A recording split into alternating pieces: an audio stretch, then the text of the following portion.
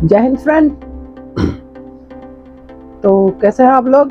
तो आज आप लोग ने जो नया सीरीज आया है जैसे कि एस्पिरेंट 2 और 12th फेल्ड, ये दोनों सीरीज तो आप लोग ने देख लिए होंगे। और देखकर जो भी नए नए स्टूडेंट हैं वो अच्छे खासे मोटिवेट हो चुके होंगे, यानी कि यूपीएससी की तैयारी के लिए या किसी भी स्टेट पीसीएस की तैयारी के लिए मोटिवेट हो चुके हैं। अच्छा है मोटिवेशन, ठीक है, बहुत अच्छा है, कोई दिक्कत नहीं है, एक अच्छा करियर है। लेकिन उस करियर में जाने से पहले अब जनरली क्या हो गया कि इन दो सीरीजों को देखने के बाद एक्सेस बहुत ज़्यादा लोग अब चाहेंगे कि अब इस तैयारी में घुसने का, यानी कि यूपीएससी चाहे और भी स्टेट पीसीएस हैं उन सारे में। तो थोड़ा रुकिए और थोड़ा ध्यान से अपने करियर को अच्छा से सोच कर और इस करियर को चूज कीजिए, क्योंकि ये स्टोरी बहुत पहले की है और अब में बहुत आसमान जमीन का फर्क है। ठीक है, अच्छा बात है कि इसमें दिखाया जो रियल कहानी है, और इसे देख के मोटिवेट भी अच्छा खासा हो गए हैं, हो ही जाते हैं नॉर्मली। से जो बात है कि इसे देखने के बाद, ये जो सीरीज को देखने के बाद मतलब अंदर से मन करने लग रहा है कि क्या कर रहे हैं, इस एग्ज़ाम की तैयारी के लिए स्टार्ट हो जाते हैं। लेकिन हमें ये देखने की ज़रूरत है कि सिर्फ यही करना है कि अपना भी कुछ इंटरेस्ट है। क्योंकि अगर मान लिया जाए कि बहुत सारे बच्चे, यानी कि लगभग 20 लाख 30 लाख स्टूडेंट अगर सिर्फ इसी फील्ड में लगे रहेंगे, तब तो समझिए कि हमारे देश का भी नुकसान है। हालांकि देश का नुकसान है क्योंकि अब जो रिक्वायरमेंट है, यानी कि जो हिसाब से अगर आप इतिहास पढ़े होंगे तो आपको पता होना चाहिए कि हमारा जो भारत का जो पहले का आर्थिक स्थिति था वो पूरे वर्ल्ड में सबसे अच्छा था, लगभग वर्ल्ड में अच्छा था। और अब यानी कि जब से कब, यानी कि अंग्रेज के समय से, मुगल के बाद जब अंग्रेज यानी कि पुर्तगाली जब आए थे, यानी वास्को डी गामा के जब आने का आरंभ से, उसके बाद से हमारा स्थिति आर्थिक स्थिति बहुत खराब हो गया। इसलिए इस करियर को चूज करने से सबसे ज़्यादा ज़रूरी है कि पहले आप सर्च करें कि इस करियर में क्या काम करना पड़ता है, किस फील्ड में काम करना पड़ता है, किस डिपार्टमेंट में काम करना रहता है। जनरली यूपीएससी का मेनली अगर ज़्यादा से ज़्यादा लड़कन, यानी कि जो सर्विस का चाहते हैं, अगर आईपीएस है, आईपीएस और एसपी के बारे में, और डीएम के बारे में, आईएएस है तो डीएम के बारे में, ये दो चीज़ को ही देखकर वो चूज करते हैं। तो इस रास्ते को चूज करने से पहले हमें बढ़िया से सोचना चाहिए कि हाँ, देखा देखी में तो इस रास्ते में, देखा देखी में हर वो रास्ता खराब ही है, क्योंकि उसमें हम अपना इच्छा, अपना इंटरेस्ट को मार कर दूसरे को इंटरेस्ट को अपना बना लेते हैं। इस करियर में जाने से पहले हालांकि जो यानी कि 10th 12th पास किए हैं बच्चे, उनको ज़्यादा ज़रूरी है कि इस करियर में आने, वो भी ये सब सीरीज देख चुके होंगे। इस करियर में आने से पहले बहुत ज़्यादा ज़रूरी है कि इस पर रिसर्च करें कि क्या काम होता है, कितने साल तक ये काम करना चाहिए। मेन है कि कोई कहे या ना कहे, पेमेंट बहुत इम्पोर्टेंट है। वो भले ही कोई कह ना पाए, लेकिन पैसा बहुत मायने रखता है। सभी लोग को ये भी जान लेना चाहिए कि हाँ, इतना लिमिट है, पैसा इसमें मिलेगा, ये बात जान लेना ज़रूरी है। क्योंकि अगर एक अच्छा मोटिव के साथ किसी भी, जैसे कि किसी भी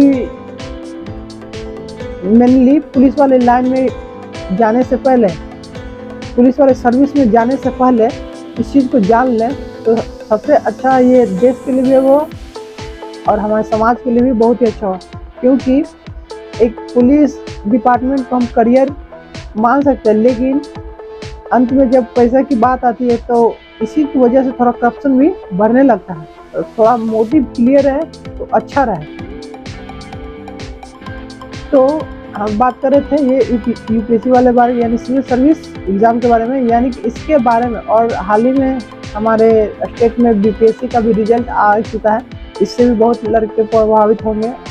प्रभावित इसलिए होते हैं कि बहुत ही वाहवाही होती है और सबको अच्छा लगता है कि कोई तारीफ करे, वो कहे या ना कहे।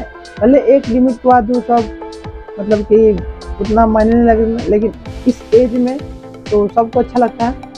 तो हमें चाहिए कि सबसे पहले जिस करियर को चूज करें उसको देखें, क्या हम 60 साल इसको करने के लिए सक्षम हैं, ये करते रहेंगे और इतने पैसे में। क्योंकि मेरा मानना है कि जो भी अच्छे अधिकारी होते होंगे जिनको बहुत सारी चीज़ सीखने में मज़ा आता है, वो एक चीज़ ज़रूर सोचते होंगे कि बताओ इस डिपार्टमेंट मेरा क्या है, मैं कानून के अंदर बंधा हुआ, कोई ये मेरा प्रोटोकॉल है कि मैं और भी चीज़ नहीं कर सकता, जिससे कि मेरे अंदर तो काबिलियत तो है, लेकिन उस चीज़ को करके मैं उससे ज़्यादा पैसे नहीं अर्न कर सकता। ये गवर्नमेंट डिपार्टमेंट में गवर्नमेंट ऑफिसर को या एक मान लीजिए कि प्रोटोकॉल है उनके लिए, उनको वो सब सारी चीज़ आता है, वो बल्कि उन लोगों से भी ज़्यादा इंटेलिजेंट होते हैं, फिर भी उस चीज़ को करने में उनको ये देखना पड़ता है कि